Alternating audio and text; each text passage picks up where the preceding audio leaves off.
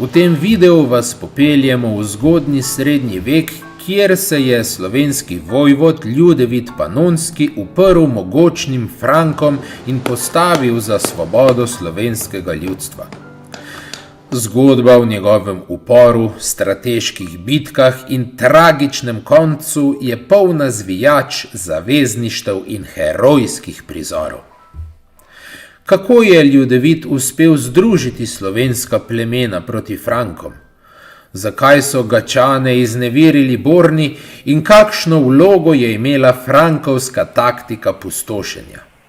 Odkrite vse detajle o tem, kako je Ljudevit postal simbol upora in poguma ter zakaj njegova zgodba še danes navdihuje.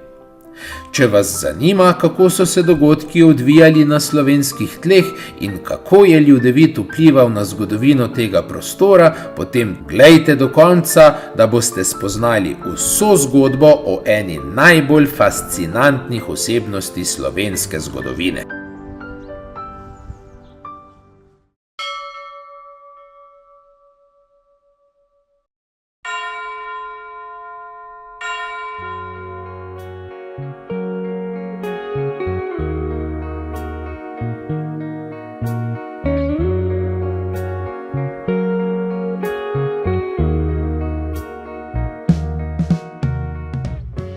Slovenski vojvod Spodnje Panonije Ljudevit se je leta 819 uprl Frankom ter se začel z njimi vojskovati.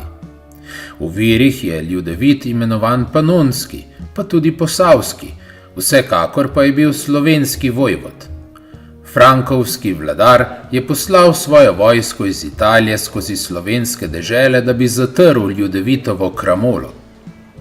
Kakor nam kaže listina z dne 4. malega srpana, so bile frankovske čete takrat že v Panoniji. Iz listine je razvidno, da so razen italskih čet šle nad Ljudevita tudi bavarske, vendar pa frankovska vojska ni nič opravila in se je morala vrniti. To je vojvodu Ljudevitu povečalo pogum. K cesarju je poslal poslance, ki naj bi z njim sklenili mir. Navedel je tudi pogoje, pod katerimi bi se bil pripravljen pomiriti. Cesar ni hotel sprejeti ponujenih pogojev in je po svojih poslancih postavil druge. Ti pa niso bili všeč Ljudevitu, ki je zato sklenil, da bo s kramolo nadaljeval. Na vse strani je poslal poslance in si prizadeval, da bi za svoje namene pridobil še sosednja ljudstva. Pregovoril je slovenske Timočane, ki so se ločili od Bolgarov ter se hoteli podvreči frankovskemu vladarju, da so to namero opustili ter se združili z njim. Tudi kranjski Slovenci ob Savi in pa nekateri Gorotanci so stopili na Ljudevitovo stran.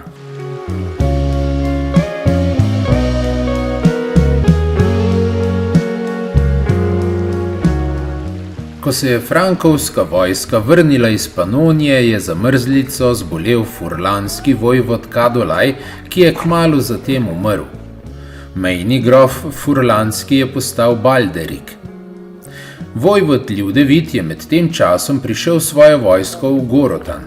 Tja se je napotil tudi Balderik, čigar oblast se je razprostirala tudi po tej deželi. Pri reki Dravi je prišlo do boja in Ljudevit se je moral umakniti iz Gorotana. Besede in Carantanorum regionem, que ad ipsius curam pertinebat, kažejo na to, da je ta del Gorotana oziroma Karantanje spadal pod vrhovno oblast furlanskega mejnega grofa in sicer južno od reke Drave. Ostali del Gorotana, severno od reke Drave, je bil pod nadzorstvom mejnih grofov vzhodne marke ali krajine. Ljudevit se je torej umaknil z južnega dela Gorotana. Kmalu zatem je dalmatinski vojvod Borna kot frankovski zaveznik s številčnimi četami prišel do reke Kolpe, kjer se je postavil nasproti vojvodu Ljudevitu. V prvi bitki z Ljudevitom so se Guduskani, Gačani, izneverili Borni. Njegove čete so bile pobite in rešil se je le s pomočjo svoje telesne straže, Varde. Besede v viru auxilio tamen praetorianum suorum protectus evasit, kažejo na to, da bi lahko bili Bornovi pretorijanci dejansko hervardi oziroma njegova telesna udarna varda oziroma straža, čeprav v latinsko zapisanem viru niso tako izrecno imenovani. Iz te izvirno slovenske bojevniške strukture je stoletja pozneje ob obilni podpori Vatikana nastal hrvaški narod.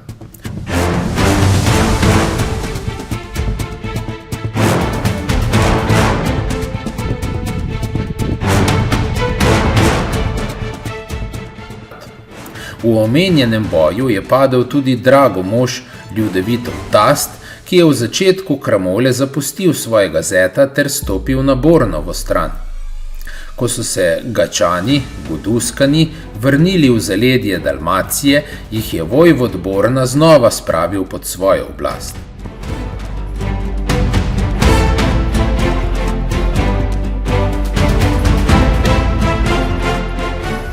Zaradi neuspelega bojevanja v letu 820 so Franki naslednje leto spremenili svojo taktiko. V Panonijo so pričeli pošiljati vojsko, ne več večjega števila armad hkrati kot dotlej, marveč drugo za drugo, da bi upostošili Ljudevitovo kramolniško ozemlje. Njihovi udarci so bili namenjeni ne zgolj vojvodu Ljudevitu, temveč tudi njegovim zaveznikom. Frankovske vojske so se zato leta 821 mudile v Panoniji vse do pozne jeseni ter pustošile vso ozemlje Ljudevitovih pristašev. Kljub temu pa zaželenega vojaškega uspeha niso dosegle. Čeprav je Ljudevit pokazal spretno obrambno taktiko, pa je frankovska taktika pustošenja vendarle obrodila določene sadove. Nastala je velika gospodarska škoda, zlasti na posevkih in med čredami živine. Posledično je nastopila tudi huda lakota med prebivalstvom.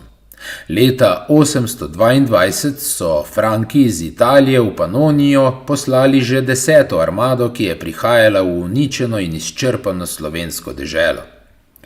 Slovenski vojvod Ljudevit se je bil naposled prisiljen umakniti iz Siska k Srbom v južno Dalmacijo, kjer je ubil tamkajšnjega kneza. Poskušal se je tudi pogajati s Franki, da bi prišel pred cesarja in dosegel premirje.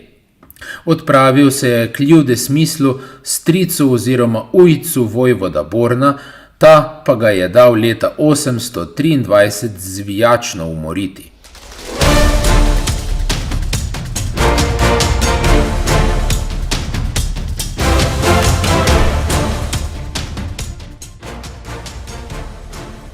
Ljudevit Panonski je bil ena ključnih osebnosti zgodnjega srednjega veka na slovenskih tleh.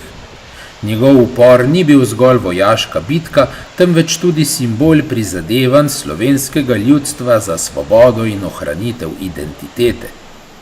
Čeprav se je njegova kramola končala tragično, njegovo ime ostaja zapisano kot sinonim za pogum in vztrajnost.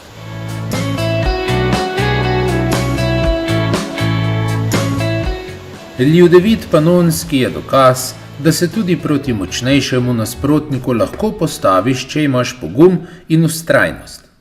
Njegova zgodba nas uči, da je borba za svobodo in identiteto vedno vredna truda, čeprav se konča s porazom. Če vam je bil video všeč, se naročite na kanal Prepovedana zgodovina in kliknite na like. Spodaj v komentarjih pa nam povejte, kaj menite o Ljudevitu in njegovem uporu.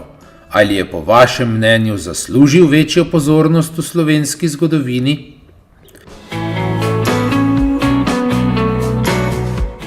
Ne pozabite klikniti na naslednji video, kjer raziskujemo še več skrivnosti iz naše prepovedane zgodovine.